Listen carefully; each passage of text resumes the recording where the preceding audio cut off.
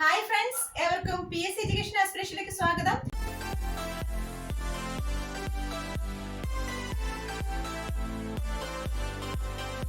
ഇന്ന് നമ്മൾ പഠിക്കാൻ പോകുന്നത് ഇന്ത്യൻ ഭരണഘടനയാണ്. ഇന്ത്യൻ ഭരണഘടനയിലെ ഒരു മാർക്ക് ഇതാ നിങ്ങൾക്ക് വേണ്ടി. നമുക്കറിയാം, ഇന്ത്യൻ ഭരണഘടനയിൽ ഏതാണ്ട് 460 പരം ആർട്ടിക്കിളും അതുപോലെ തന്നെ 25 പാർട്ടുകളും 25 ഭാഗങ്ങളും 12 ഷെഡ്യൂളുകൾ അഥവാ പട്ടികകളാണ് ഇപ്പോൾ ഉള്ളത്. നമുക്കറിയാം, ഇന്ത്യൻ ഭരണഘടനയിലെ ഈ 12 പട്ടികകളിൽ നിന്ന് സ്ഥിരമായ ഒരു ചോദ്യം ഉള്ളതാണ്. എല്ലാ എക്സാംസിനും ഒരു മാർക്ക് നിങ്ങൾക്ക് ഈ ഭാഗത്ത് നിന്ന് ഉറപ്പിക്കാവുന്നതാണ്. അപ്പോ ഇത് ഇന്ത്യൻ ഭരണഘടന ഒറിജിൻ ചെയ്ത സമയത്ത് ഇന്ത്യൻ ഭരണഘടനയുടെ പട്ടികകൾ 8 എണ്ണമായിരുന്നു. എന്നാൽ നിലവിൽ അത് 12 എണ്ണമാണ് ഉള്ളത്. അത് ആദ്യം ഒന്ന് ഓർത്തിരിക്കുക. ഇന്ത്യൻ ഭരണഘടനയിലെ പട്ടികകളുടെ എണ്ണം 12 ആണ്. ഇത് ഭരണഘടന ഒറിജിൻ ചെയ്ത സമയത്ത് 8 എണ്ണമായിരുന്നു. എന്ന് നമുക്ക് പോകാം. ഇന്ത്യൻ ഭരണഘടനയിലെ വിവിധ പട്ടികകളാണ്. ഒന്നാമത്തെ പട്ടിക, അതിൽ ഉൾപ്പെടുത്തിയിരിക്കുന്നത് ഇന്ത്യയും സംസ്ഥാനങ്ങളും കേന്ദ്രഭരണ പ്രദേശങ്ങളും അവയുമായി ബന്ധപ്പെട്ട നിയമഭരണ സംവിധാനങ്ങളും ഒക്കെ പറയുന്നു. ഇന്ത്യൻ ഭരണഘടനയുടെ പട്ടിക 1 ഷെഡ്യൂൾ 1 എന്താണ് പറയുന്നത്? ഇന്ത്യ, സ്റ്റേറ്റ്സ്, അതിലെ യൂണിയൻ ടെറിട്ടറീസ്, അവിടുമായി ബന്ധപ്പെട്ട ഭരണഘടനാപരമായ എല്ലാ കാര്യങ്ങളെയും കുറിച്ച് പ്രതിപാദിക്കുന്നത് ഷെഡ്യൂൾ 1 ഇനി ഷെഡ്യൂൾ 2 പട്ടിക 2 പറയുന്നു ശമ്പളവും അലവൻസും അതുമായി ബന്ധപ്പെട്ട പ്രിവിലേജസും. ആരുടെ ശമ്പളം? പ്രസിഡന്റ്, വൈസ് പ്രസിഡന്റ്, ഗവർണർ, അതുപോലെ തന്നെ സുപ്രീം കോടതി ജഡ്ജ്, ഹൈക്കോടതി ജഡ്ജ്, ഇങ്ങനെയുള്ള പ്രധാനപ്പെട്ട ഒഫീഷ്യൽസിന്റെ ഒക്കെ തന്നെ ശമ്പളവും അതുമായി ബന്ധപ്പെട്ട അലവൻസിനെ കുറിച്ച് പ്രതിപാദിക്കുന്നു പട്ടിക 2. പട്ടിക 1 ഇന്ത്യയും സംസ്ഥാനവും അതിന്റെ കേന്ദ്രഭരണ പ്രദേശങ്ങളുമായി അതുമായി ബന്ധപ്പെട്ട കാര്യങ്ങളുമാണെങ്കിൽ പട്ടിക 2 പറയുന്നു ശമ്പളവും അലവൻസുമാണ്. ഇന്ത്യൻ ഭരണഘടനയുടെ ഷെഡ്യൂൾ 2 പറയുന്നത് ആരുടെ ശമ്പളമാണ്? പ്രസിഡന്റ്, വൈസ് പ്രസിഡന്റ് മുതലായവരുടെ ശമ്പളവും അലവൻസും അതുമായി ബന്ധപ്പെട്ട പ്രിവിലേജസിനെ കുറിച്ചും പറയുന്നു. ഇനി മൂന്നാമത്തെ പട്ടികയിൽ പറയുന്നു സത്യപ്രതിജ്ഞയാണ്. ഓത്ത് ആൻഡ് അഫർമേഷൻ. ആരുടെയൊക്കെ സത്യപ്രതിജ്ഞയാണ്? ഈ പറഞ്ഞ യൂണിയൻ ക്യാബിനറ്റ് മിനിസ്റ്റേഴ്സ്, അതുപോലെ തന്നെ ഈ പറഞ്ഞ ജഡ്ജിമാര്, ഇവരുടെയൊക്കെ സത്യപ്രതിജ്ഞയുമായി ബന്ധപ്പെട്ട കാര്യങ്ങൾ, അതുമായിട്ട് ബന്ധപ്പെട്ട കാര്യങ്ങളൊക്കെ തന്നെ പറയുന്നു പട്ടിക 3. പട്ടിക 3 എന്താ പറയുന്നത്? സത്യപ്രതിജ്ഞയാണ്. ഇനി പട്ടിക 4 ഷെഡ്യൂൾ 4 പറയുന്നു രാജ്യസഭാ സീറ്റുകളുടെ വിതരണമാണ്. വിവിധ മേഖലകളിലുള്ള അല്ലെങ്കിൽ വിവിധ സംസ്ഥാനങ്ങളുമായി ബന്ധപ്പെട്ടുകൊണ്ട് രാജ്യസഭാ സീറ്റുകളുടെ അലോക്കേഷൻ, അതിന്റെ വിതരണമാണ് പട്ടിക 4 പറയുന്നത്. ഒന്നുകൂടി പറയുന്നു, ഇന്ത്യയും അതിന്റെ ഭൂപ്രദേശങ്ങളുമായി ബന്ധപ്പെട്ട കാര്യങ്ങൾ, സംസ്ഥാനവുമായി ബന്ധപ്പെട്ട കാര്യങ്ങളാണ് ഷെഡ്യൂൾ 1 പറയുന്നത്. ഷെഡ്യൂൾ 2 പറയുന്നു ശമ്പളവും അലവൻസും, പ്രസിഡന്റ്, വൈസ് പ്രസിഡന്റ് ഇവരുടെയൊക്കെ ശമ്പളവും അലവൻസും പട്ടിക 2. പട്ടിക 3 സത്യപ്രതിജ്ഞയാണ്. ഇവരുടെയൊക്കെ സത്യപ്രതിജ്ഞയുമായി ബന്ധപ്പെട്ട കാര്യങ്ങളാണ് പട്ടിക 3 പറയുന്നത്. പട്ടിക 4 രാജ്യസഭാ സീറ്റുകളുടെ വിതരണം ചെയ്യലാണ്. അത് വിവിധ സ്റ്റേറ്റുകളുമായി ബന്ധപ്പെട്ട്.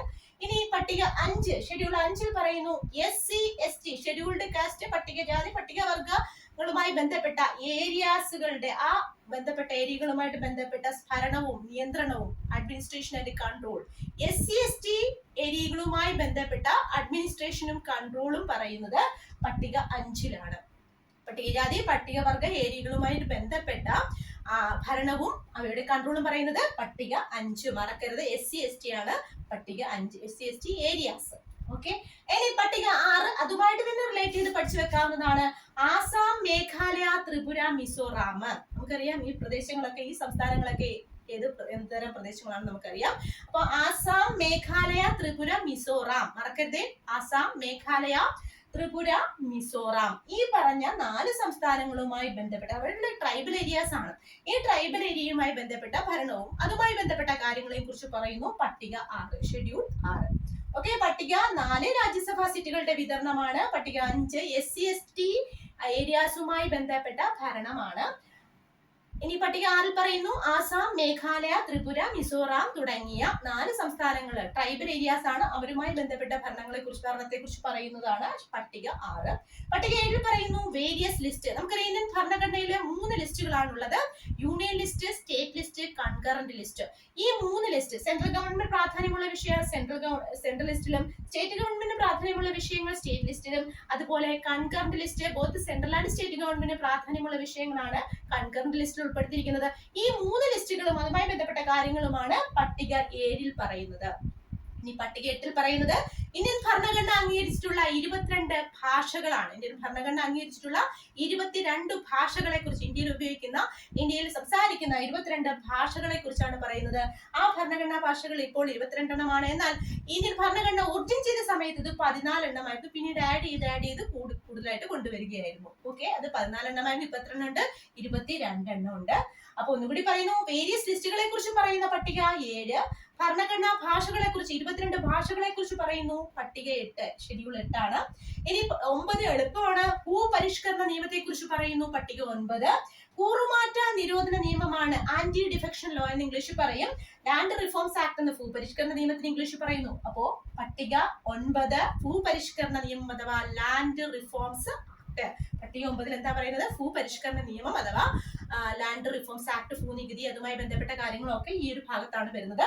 ഇനി കൂറുമാറ്റ നിരോധന നിയമം എന്ന് പറഞ്ഞാൽ നമുക്കറിയാം അതിന്റെ ഇംഗ്ലീഷ് ആന്റി ഡിഫെക്ഷൻ ലോ എന്നാണ്. ഇതിനെക്കുറിച്ച് പറയുന്നു പട്ടിക 10ലാണ്. ഇനി പട്ടിക 11 ഷെഡ്യൂൾ 11 പറയുന്നു പഞ്ചായത്തുകളുടെ അധികാരവും ഉത്തരവാദിത്തവും. സ്ഥിരമായിട്ട് ചോദിക്കുന്ന ഒരു ഭാഗമാണ്, മിക്കവാറും ചോദിക്കാറുള്ളത് ഈ 11ഉം 12ഉമായിട്ട് റിലേറ്റ് ചെയ്താണ്. അതുപോലെ വേരിയസ് ലിസ്റ്റ് ഒക്കെ തന്നെ ചോദിച്ചിട്ടുണ്ട്. ഒക്കെയും പ്രീവിയസ് ക്വസ്റ്റ്യൻ ആണ്, നിങ്ങൾക്ക് അറിയാം.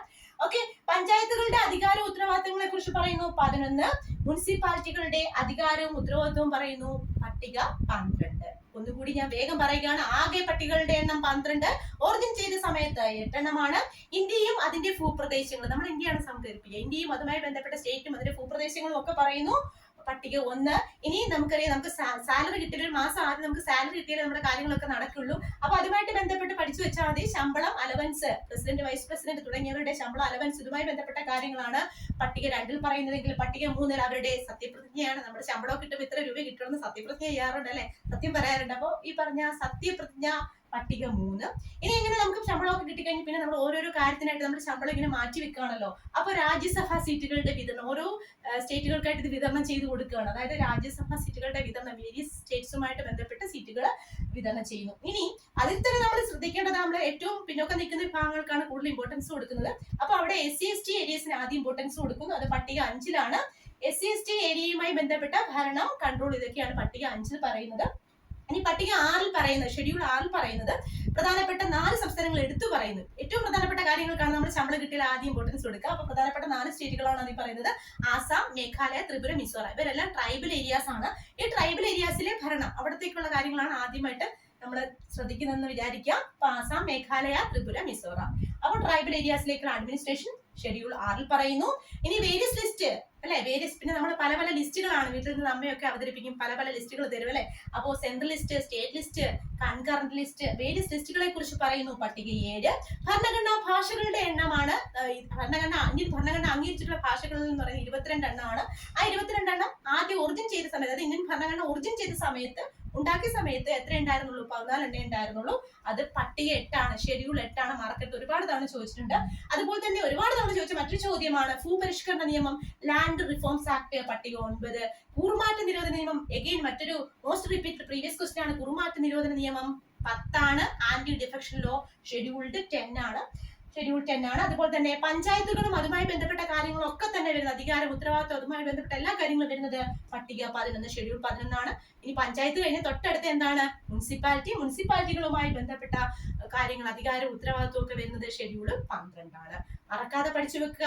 ഇനി നിങ്ങൾക്ക് ഈ പറഞ്ഞത് ഇതിൽ നിന്ന് 1 മാർക്ക് എന്തായാലും ഉറപ്പിക്കാനായിട്ട് സാധിക്കും. ഇനി നിങ്ങൾക്ക് ഇന്ത്യൻ ഭരണഘടനയുടെ ഡീറ്റെയിൽഡ് ക്ലാസ്സിനായിട്ട് മുകളിലോ താഴെ ഡിസ്ക്രിപ്ഷൻ ബോക്സിലോ കൊടുത്തിരിക്കുന്ന ലിങ്കിൽ ക്ലിക്ക് ചെയ്താൽ മതി. വിശദമായ ക്ലാസ്സുകളൊക്കെ നിങ്ങൾക്ക് ലഭിക്കുന്നതായിരിക്കും. അപ്പൊ ഇന്നത്തേക്ക് പോകുന്നു. Thank you, bye bye.